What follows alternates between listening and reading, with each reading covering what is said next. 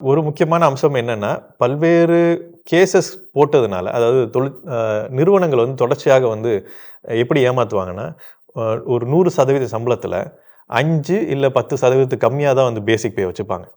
மிச்சம் எல்லாத்தையும் வந்து ஏதாவது அலவன்ஸ், வேரியபிள் அதாவது ஏதாவது ஒரு டெர்ம்ல யூஸ் பண்ணி குடுத்துருவாங்க. அத பேசிக் பேவ கம்மியா வைக்கிறதுனால என்னன்னா, ஒண்ணு அரசுக்கு வந்து இவங்க ஏதாவது சிக்கல்ல மாட்டும்போது, அந்த பேசிக் பேல இருந்து தான் கால்குலேட் பண்ணி குடுப்பாங்க. லீவுக்கு வந்து நீங்க வந்து குடுக்கணும்னாலோ, இல்லனால் வந்து உங்களுடைய பெனிஃபிட் ரிட்ரென்ச்மென்ட் பெனிஃபிட் அந்த மாரி சொல்றாங்க. நிறுவனம் வந்து ஒரு ஊழியரை வேலைய விட்டு தூக்குது அப்டின்னா, பேசிக்ல இருந்து ஒரு பகுதிய குடுத்தா போதும். ஸோ அது வந்து ஓவராலா ஒரு ஊழியருக்கு குடுக்க வேண்டிய பணப்பயன்களை கம்மி பண்ணுவதற்கு நிர்வாகங்கள் இப்படி பண்ணியிருக்கு. அது மேல ஏகப்பட்ட கேஸஸ் வந்து போட்டிருக்காங்க. ஸோ அந்த அடிப்படையில பல ஜட்ஜ்மெண்ட்ஸ் இருக்கு. இத வந்து நீங்க சரி பண்ணணும். அந்த ஜட்ஜ்மெண்ட் அடிப்படையில இப்ப 50% வந்து நீங்க வந்து வச்சிருக்கணும் அப்படின்னு சொல்றாங்க. அந்த 50%ம் கிட்டத்தட்ட உங்களோட பேசிக் பே, டிஆர்ஏ அப்படின்றது வந்து டிஎன்எஸ் அலவன்ஸ். பேசிக் பே, டிஆர்எஸ் அலவன்ஸ் அதுக்கப்புறம் வேற ஏதாவது அலவன்ஸ் நீங்க குடுத்தீங்கன்னா, அதெல்லாம் சேர்த்து 50% இருக்கணும். மிச்சதெல்லாம் 50%. அதாவது ஹவுசிங் ரெண்ட் அலவன்ஸ், மத்த வேரியபிள் பே, போனஸ் இதெல்லாம் வந்து மிச்சம் 50% இருக்கணும் அப்படின்னு சொல்றாங்க.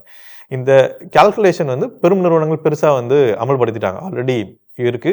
அதனால பெரிய ஊழியர்களுக்கு, பெரும் நிறுவனங்கள் வேலை செய்ற ஊழியர்களுக்கு இதுல மாற்றம் எதுவும் ஏற்படாது. 50% வந்ததுனால பிஎஃப் காம்போனன்ட் அதிகரிக்கும். ஸோ இதுக்கு முன்னாடி பேசிக் பே கம்மியா இருந்திருக்கும். அதுல பிஎஃப் போட்டிருப்பாங்க கம்மியா இருக்கும். இதுல வந்து அதிகப்படுத்தியிருப்பாங்க. அதனால பிஎஃப் காம்போனன்ட் அதிகமா இருக்கும்.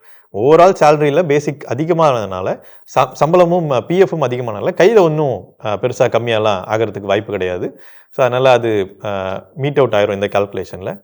ஆனால் இந்த போனஸ் அப்படின்றது இப்ப வந்து உரிமை இல்ல அப்படின்னு சொல்லிட்டு மாத்திட்டாங்க.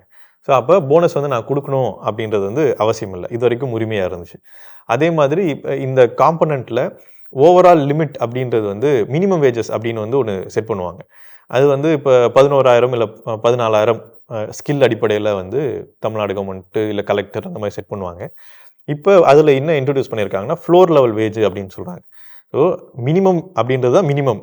மினிமம்க்கு கீழ போறதுக்கு தான் பேரு ஃப்ளோர். ஸோ இவங்க வந்து அடிமாட்டு அளவுக்கு நீங்க வந்து குறைந்தபட்சம் ஒரு நாளைக்கு ரூ. 100 குடுத்தா போதும் அப்படின்னு சொல்லிட்டு ஒரு ஃப்ளோர் லெவல் வேஜ்ன்னு ஒண்ணு செட் பண்றாங்க.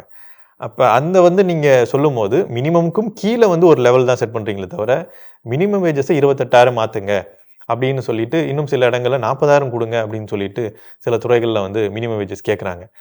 ஆனால் அதெல்லாம் வந்து செய்யாமல், இந்த பாரை இன்னும் கீழே கொண்டு போவதற்கு என்ன ஏற்பாடு? ஸோ 3,000, 4,000 அப்படின்றது தான் ஃப்ளோர் லெவல் வேஜ். அது குடுத்தா போதும் அப்படின்ற அளவுக்கு இந்த சட்டங்கள் வந்து செட் பண்ணுது. அப்ப இதுல மினிமம் வேஜ்ன்னு பார்க்கும்போது, அதுதான் வந்து கிட்டத்தட்ட 90% மேல வாங்குற தொழிலாளர்களுடைய சம்பளமா இருக்கு. அது இன்னும் கம்மியாகும். ஸோ ஆல்ரெடி பெரும் நிறுவனங்கள்ல இருக்கவங்களுக்கு பெருசா இதுல பாதிப்பு ஏற்படுறதுக்கான சாத்தியங்கள் கம்மி. ஆனால் டவுன் ட்ராடன் ஒரு உழைக்கும் மக்கள் கம்மியாக சம்பளம் வாங்குறவங்க 90%க்கு மேல இருக்கிறவங்களுக்கு வந்து இது வந்து சம்பளம் உயர்வதற்கு இது ஒரு வாய்ப்பே இல்ல அப்படின்றது தான் நிலைமையா ஏன்னா இருக்கு. வந்து கம்பெனி சைட்ல இருந்து பிஎஃப் பிடிக்கும்போது இவங்களுக்கான சேலரி கம்மியா வரும் அப்படின்ற மாதிரி சொல்றாங்க. பிஎஃப் உடைய கான்ட்ரிபியூஷன் அதிகமாகும்போது நிறுவனத்துடைய கான்ட்ரிபியூஷன் அதிகப்படுத்தணும். ஸோ இப்போ ஐடி நிறுவனங்கள்லாம் காஸ்ட் டு த கம்பெனி அப்படின்னு சொல்லிட்டு ஒரு டேர்ம் யூஸ் பண்றாங்க. சட்டத்துல எங்கேயுமே கிடையாது காஸ்ட் டு கம்பெனினா என்னன்னு சொல்லிட்டு. காஸ்ட் டு த கம்பெனினா அவங்க ஒரு ஊழியருக்கு செய்ய போற செலவு எல்லாத்தையும் சேர்த்து, நான் உனக்கு இவ்வளோ செலவு பண்றேன். ஆனா உன் கையில கிடைக்கிறது என்னவோ வந்து 30% தான். ஆனா நான் உனக்கு வந்து இன்னொரு 70% செலவு பண்றேன். அப்படின்னு ஒரு கணக்கு வந்து காட்டுவாங்க. அந்த கணக்குல இது வந்து எக்ஸ்ட்ரா ஏறுமே தவிர, இங்க பெருசா கையில வந்து கிடைக்கிறதுல எப்படியும் கம்மியா தான் குடுக்குறாங்க.